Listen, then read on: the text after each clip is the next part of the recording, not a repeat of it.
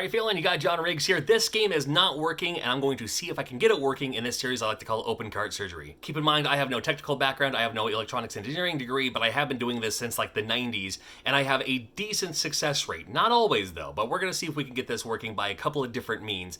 Knights of the Round, a game that you definitely want to see working again on your Super Nintendo. Goes for a pretty penny anymore. And if you can see right in there, you can already see why it's not working. So for something like this, we're going to do something that's basically a board swap. I'm going to take the game from this circuit board, take it off and put it onto a working circuit board that hopefully will be compatible with this game. If you're wondering how I come across these games, sometimes I find them myself, sometimes I purchase them on eBay. This one was actually gifted to me from Andrew at Renton City Retro, and I do get games gifted to me sometimes at video game conventions and in the mail too. My address is always in the About section of these videos. And Andrew said, you know what, if you can get it working, man, it's yours. Now, this is a game I already do have in my collection, so I'm happy to gift it to you if I can get it working. We'll find out at the end of the video. We're gonna open it up, see what it looks like, go from there. Got Knights of the Round. Used to be a rental here from Movies and More, located in, where's it, Seattle? Can't really tell. Federal Way, it looks like. Yeah, this was in Federal Way. So to open this up, you got two bits here, same as Nintendo games, same as a lot of other games. This is a 3.8 millimeter security bit. You can find it on eBay. Sometimes it's just called a game bit. And if you're curious on any of the tools I use in any of my open cart surgery videos, I do have a link to my Amazon affiliate in the description of every video I do too. If you're like, what was that thing that he used? What was the desoldering gun, the soldering thing? What about that blue pad that's underneath it here? Well, again, check out that Amazon link. They're all in there for you. All right, looks like we're getting progress here. I have no idea how that happened. That's pretty weird. Let's take this thing and flip it around here. Now this is interesting. This uses two ROM chips. Now this is like, part A, part B in a way. I'm not sure the size of this game. Let's say this game is 2 megs. Here's a 1 meg chip here and a 1 meg chip there.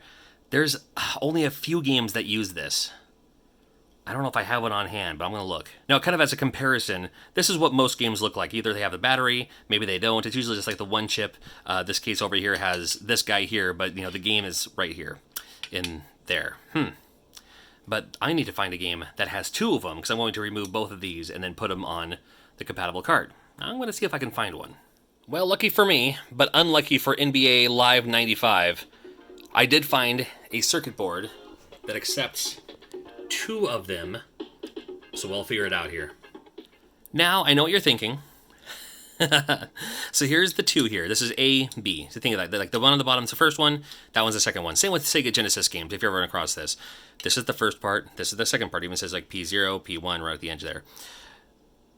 This has all this other stuff on it. NBA Live 95 has the battery backup for saves, and it has this guy up here. It's gonna be overcompensating, but it shouldn't matter. What matters is that there's an A right there and an A right there. A means it's like high ROM, low ROM kind of thing, which may not mean anything to you because it doesn't mean anything to me.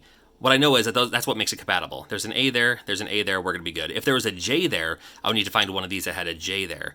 Don't have to worry about it because I'm just going to swap these over here, and theoretically it should work. Actually, nothing about it should work, but it should work, and we're going to find out. I sure hope it does. All right, so not really the funnest part, but you have to unsolder these guys. Now I'm using this Hako FR300 here. Goes for a pretty penny on Amazon. However, there are other desoldering methods that work just fine. Whatever works for you to get these removed here. But I am telling you, if you do a lot of this kind of stuff, one of these is pretty handy. But I did have like a $10 desoldering pump that works just fine. Got to desolder these on both of them, but you want to desolder these as cleanly as possible because I'm going to repurpose these on the other board. And I probably should not have touched the actual thing using this hot soldering iron. I'm glad it was just a tap.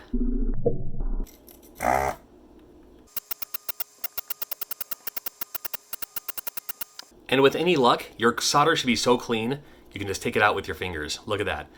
I better remember this. This is part 1, and I'm going to need part 2. You cannot mix them up. It will not work that way. And here is part 2. Very nice. You can keep this if you'd like, if you think you're going to repurpose some of these things, the capacitors. Sometimes there's a resistor on here, plenty of resistors. Even these little things. If you want to keep that, that's fine. I have a whole drawer full of these just in case. Or if you just want to toss it, you can toss it.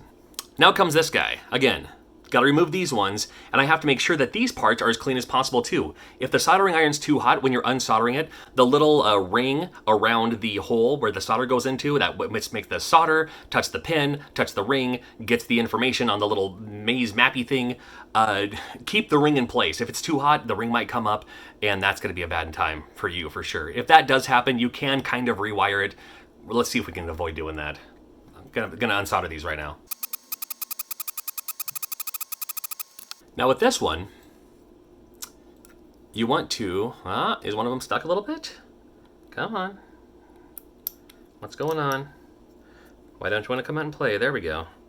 Not sure what happened there. You can keep this, or you can do what I accidentally do, which I just leave it laying around and it falls on the table, and then, hey, trust me, stepping on Legos, feels like a cloud when you step on one of these guys. Oh, good lord.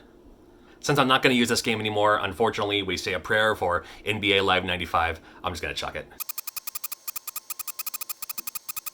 And part B of NBA Live 95. There we go. All right, let's put this one. And I guess I put them in a place where I would remember which one's which. This one goes right here, and it should just fit right there, right where it was. All right. I'm going to angle it so it doesn't fall out yet, because we're going to need to solder this in place next. And then this one goes right on top. Little shaky hand syndrome and everything. All right. We can't pop it in here like this, because you do need the solder, because with the rings, I'm going to see if I can flip this around. In fact, here, I'm going to, as I was saying, you see where the little rings are, and then the solder acts basically as the conductor, right? So you got the pin, which has the information. The ring makes it so this thing reads, oh, this thing's supposed to go over here. This information here is supposed to go over to there. This information here is supposed to go over to here. You know, something like that. I could probably clean these pins up before I pop it back in there. But you did see that it was working before, so it should be working now. Just gonna have to solder these in place. That's all you gotta do. So any soldering iron will work. If you're wondering about the one I use, you can, again, check out the link in the description. It's a nice one. However, I've done this for years and years using like the $5, $6 soldering iron from Walmart and has had never any problems with it ever. So just use whatever you're safest with. Use whatever you want. I would even suggest or recommend, you know, maybe even start with that little $5 one, you know? Because you don't want to invest a whole bunch of money into something that you may just be like, you know, like, well, you know, I'll just watch your videos, or like, yeah, you know, I get it, but not for me. That's totally fine too. You know, I mean, start cheap, and then, you know, go from there if it's going to be something worth your investment.